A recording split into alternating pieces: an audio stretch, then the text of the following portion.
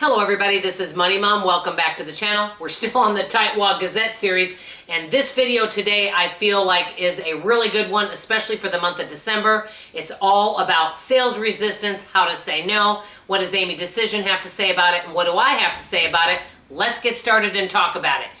Amy's article in this book is all about sales resistance to a child that comes next door and tries to sell something. Obviously right now we're not having that. We may have had that in the past. I'm going to go over sales resistance in different ways and give a couple ideas that I have used and to see what you guys think. You guys know I love your comments, so let me get right into it. The first is phone calls.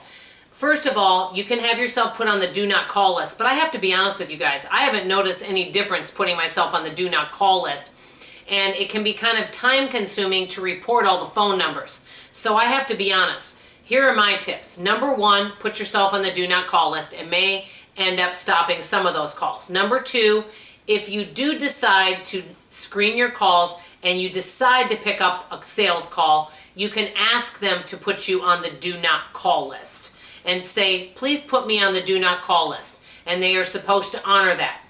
If you don't like those options, number three, you can simply screen your calls and ignore any unwanted numbers. I have to be honest, that's normally what I do. I just screen all my phone calls. It's easier and less time consuming. I have to be honest. Okay, and number four, you can contact your phone company and you can either have some kind of block or some type of service put on your phone, which you may have to pay for, to maybe screen out some of the unwanted phone calls. So those are some ideas.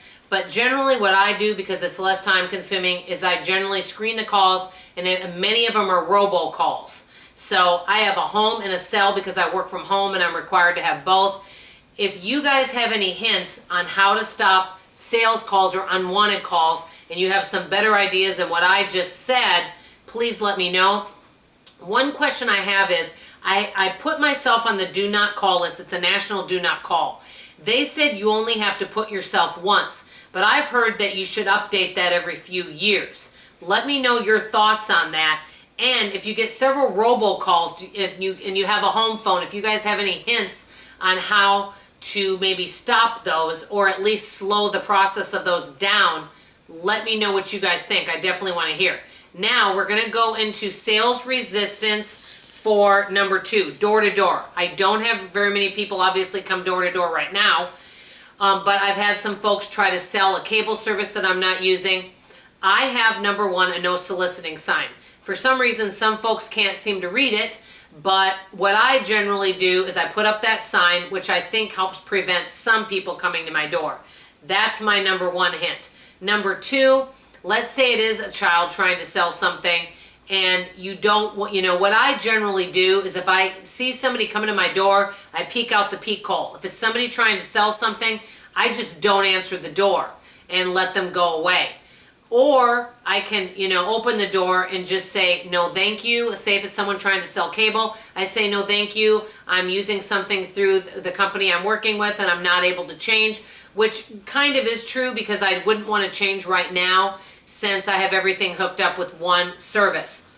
So you could just simply say no thank you, or say I have a no soliciting sign, I work from home, I prefer not to have people come by, that type of thing. Or another idea that Amy Decision said is if somebody's trying to sell you something, say no, because right now I'm saving for a house, or I'm saving for this, so I'm not allotting any extra money in my budget right now. That would be an honest way of doing it. Now, how do you handle sales resistance in the store? Say somebody's outside trying to sell cookies, popcorn.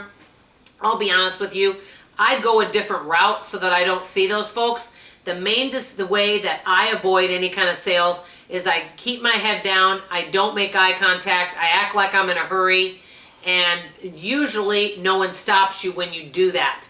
They only stop you if you hesitate and make eye contact with them. That is my biggest hint. The other day, my friend and I were walking, and when we were taking a quick walk around the store, somebody tried to stop us. My friend said, no, thank you, and we just kept walking. You have to stand firm, but yet polite, and you act like you're in a hurry, and if somebody were to stop you and try to talk to you, just say, no, thank you, not today, or no, I'm not spending any money right now, or not in my budget. You can use any of those things, but say thank you anyway. I always end it with saying thank you anyway and then move on. You do have to be firm. I am pretty good about this. Now here's where I struggle with sales resistance. I don't struggle with sales resistance many of these ways, but you may also, with number 4, have people that work in a sales company, such as they may be selling makeup, they may be selling kitchen items, health and wellness. And many of those items are on auto ship. And I've been telling people, no thank you to samples. Right now, I'm not taking on any commitments or auto ship products due to budget changes. And so thank you, and I wish you the best, but I simply say no thank you to samples and tell people that I'm not taking on any monthly commitments right now. So I would love to know from you guys, when you get asked to buy something and you really don't feel it's in your budget, or you're not really interested, or even if you're torn, because the biggest thing is you can't hesitate, you've got to be firm. Let me know how you politely say no thank you. I'd like to hear from you. By the way, if you enjoy these videos, please look at the TightWad Gazette playlist. There's a lot of great videos, but not only that, there's fantastic comments. That's what I think the best thing is about this channel.